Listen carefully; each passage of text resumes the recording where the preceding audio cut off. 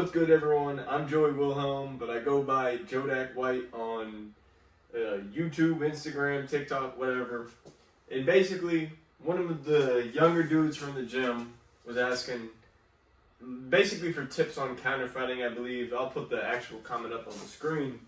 But essentially, I feel like one thing that really gets misinterpreted with counterfighting that a lot of people don't realize when they say, oh, I want to be a counterfighter, I want to learn to counterfight, stuff like that.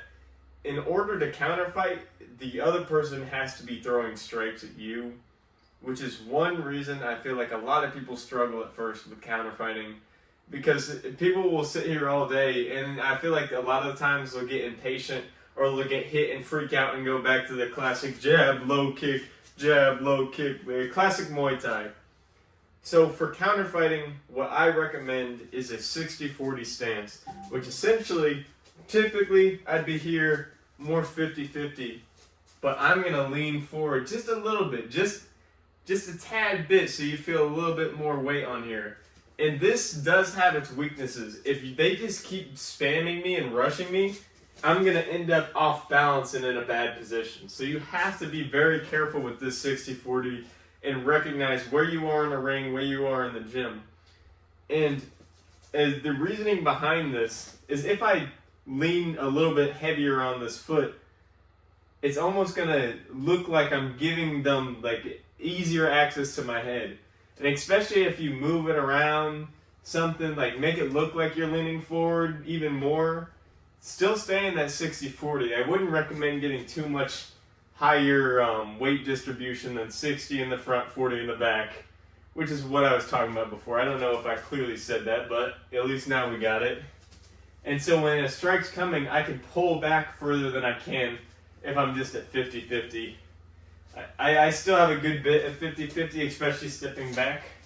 But a 60-40, if I'm here, I can lean back further, and I should be able to at least get some sort of kick.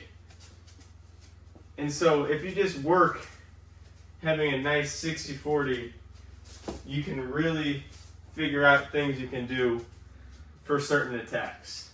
Alright, now that we got the stance out of the way, another key aspect that is really any striking, although I've only really done Muay, not only really, I've only done Muay Thai to be honest.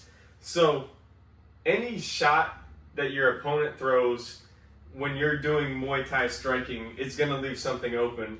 For example, it's really easy if you just see a jab. If you look at my body, I'm open in multiple different areas. It doesn't matter how perfect, how beautiful this jab is. I am open very clearly on my body here, and oftentimes what you'll see is the leg get chopped.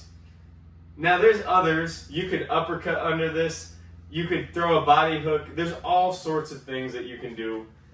And you have to recognize what your opponent's doing.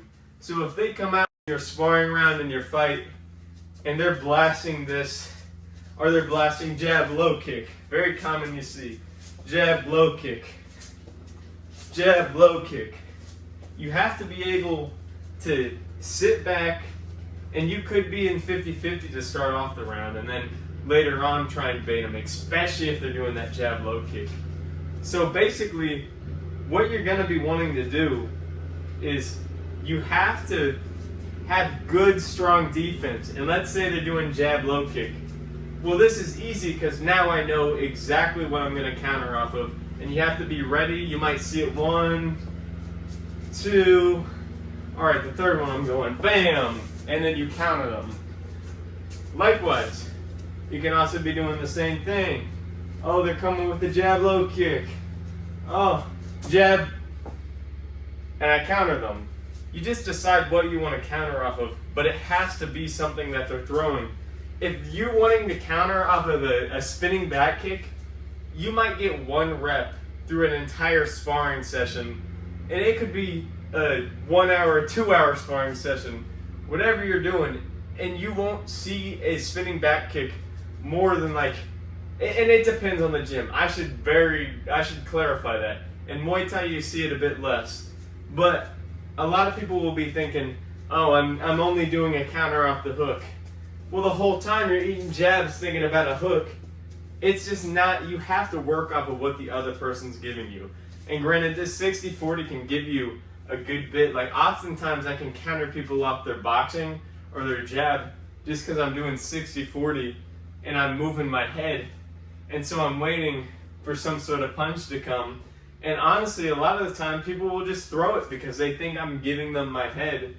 And so I just wait for the punch to come, and I can just come back with a cross. I can step back and I can hook. There's so many different options.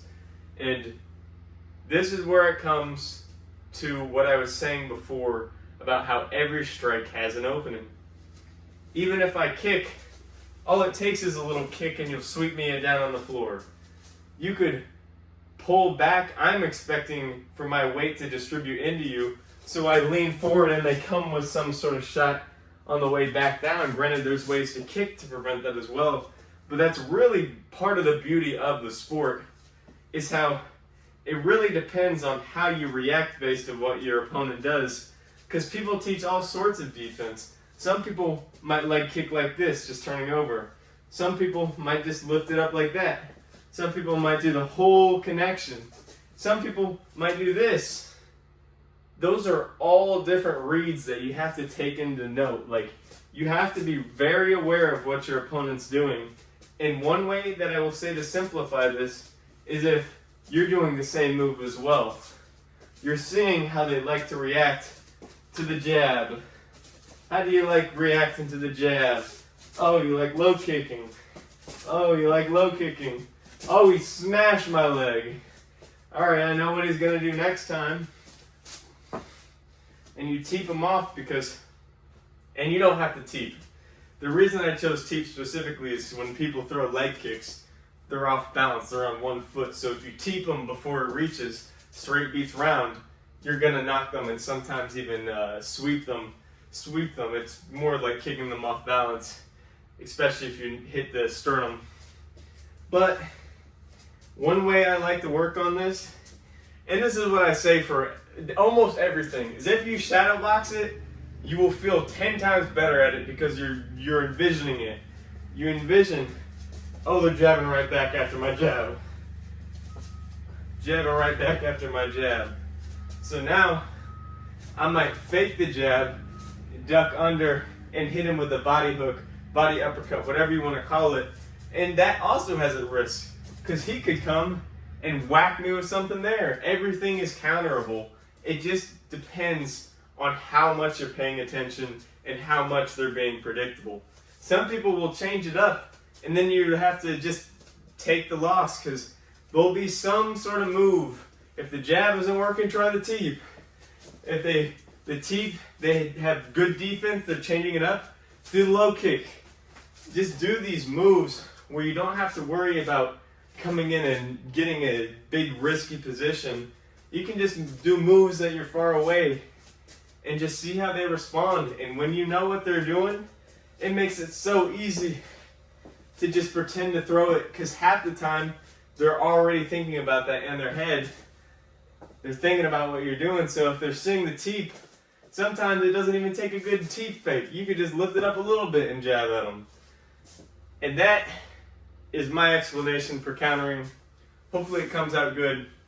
I don't know. I'd be rambling a lot of the time, especially when it comes to this stuff. But basically all you need to know, if you're struggling with something, envision it in shadow boxing, and you'll feel a lot better about it. Because your weight, your stance, everything will be better. And I recommend filming it because I can look back and see how it looked in the moment. Like, I could have just been explaining something in my teeps like this.